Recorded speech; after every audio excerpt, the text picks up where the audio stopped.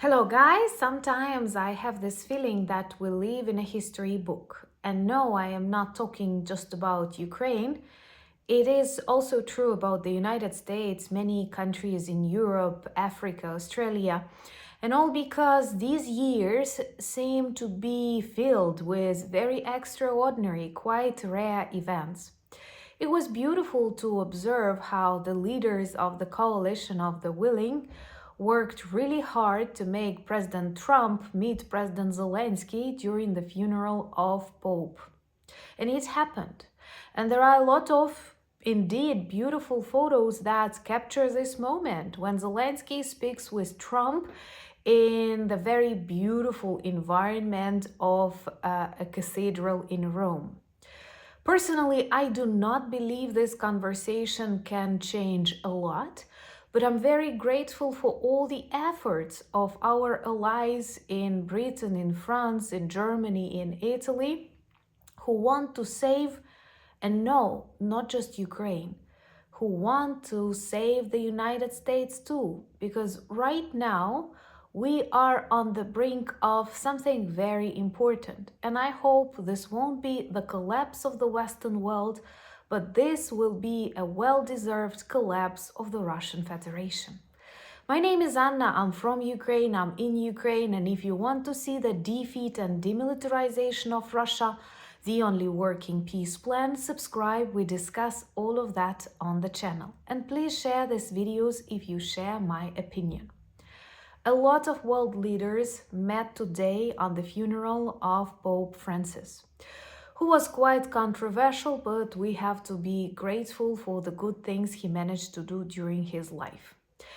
And he also gathered a lot of world leaders during his funeral, and of course, many came not just to express their gratitude to Vatican, but also to communicate, to try to change some things. And this meeting between President Trump and Zelensky was quite awaited.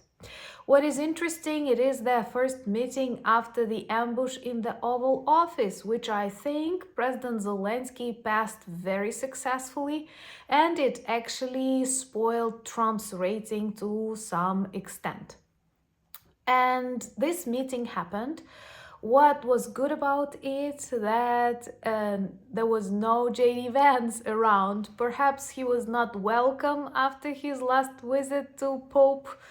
Please forgive my sarcasm, but I'm Ukrainian. That's the way we survive in these really difficult times. But I think it was actually good that Zelensky could speak with Trump privately. And after that, Trump shared a post where he once again blamed Biden and anyone else but Putin for the Russian war in Ukraine, which is very wrong, but also stated that maybe Putin wants to trick me. Maybe I should impose more sanctions on Russia because killing all these civilians during the negotiations process before the preparation for the ceasefire was totally unnecessary. Honestly, it is so bad that such minor things make us feel excited that maybe Trump is returning back to normalcy. This is abnormal that he tries to legitimize the bloody dictator responsible for the genocide of Ukrainian people. And stating that maybe Putin is not good is actually not a groundbreaking bravery or wisdom. But personally, I believe that tomorrow he can change that opinion and say something totally different because I'm worried that Trump and Putin share a similar mindset and already divide this world between, the strong nuclear countries.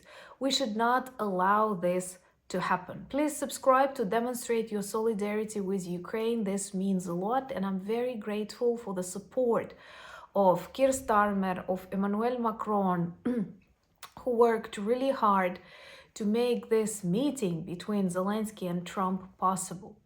And I believe the importance of the solutions and decisions that can be made afterwards is not just about Ukraine, the support of us in this fight against the global evil, but also a way to stop the United States, the White House, from a great moral collapse that will have deadly consequences for many countries around the world, including the United States. I believe that the majority of Americans do not support Trump's stance on Putin. I doubt that even those who support some of Trump's ideas like Putin, and that it is okay for them to witness how he destroys Ukrainian schools, hospitals. Even if you don't want to support Ukraine anymore, that's one thing, but a totally different thing is to try and legitimize, forgive, and take as something normal these war crimes against normal civilians in a free and independent country. I'm happy to see that the European leaders, the leaders of the coalition of the willing, continue working on their own peace plan that is more realistic for the future security, not just of Ukraine, but Europe and the world. And they share it with Trump. Unfortunately, when talking to the American president, you have to keep worshiping him, you have to keep praising him, you have to keep saying that all the great ideas are his but nobody else's. But they are quite patient, and they use any opportunity not just to make the United States stay in the negotiations process, but they also work hard to make the United States remain a democratic leader. Because, oh my God, people, you need it more than anyone else.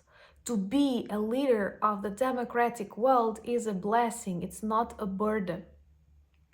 And of course, we cannot forgive Putin for all he did to my country, and it is no way that he can be praised with 5 regions in Ukraine for the genocide in Bucha, in Mariupol, for his constant safaris on people in Kherson, for the attack on Kyiv 2 nights ago.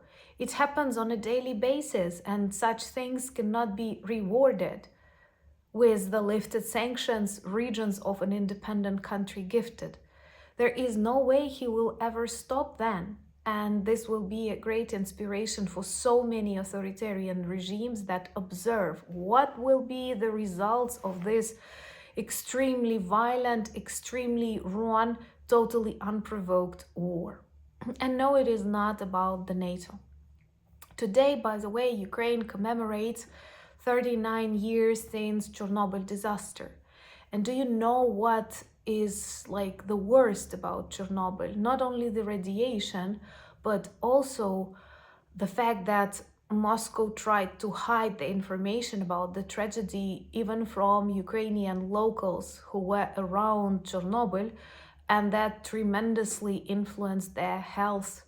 And thousands of innocent people were exposed to radiation just because the Soviet government decided to hide this information for many days until it was impossible to do so.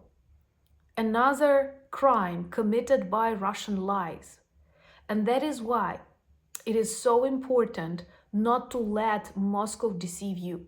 And right now, Moscow constantly tries to deceive the world, the United States, spreading its propaganda through the White House sources. This is something that makes me feel very bad. After 3 years of brutal war that happened actually online. That is why I once again ask you to share these videos and subscribe to my channel, to my new channel, Anna Danilchuk, where I share more about life in times of the big war from a civilian perspective. Join me on X, on Blue Sky, on Threads, on Instagram and Discord. The links that you need are in the description of this video, and please be careful of scammers. I never invite you to chat privately and never invite you to WhatsApp or Telegram. I do not have accounts there. Thank you for buying me coffees, becoming my patrons and sponsors of the channel. Check our merch shop for lots of good items that work well as reminders and conversation starters about Ukraine, but most importantly, thank you for standing with us against this evil. Slava Ukraini!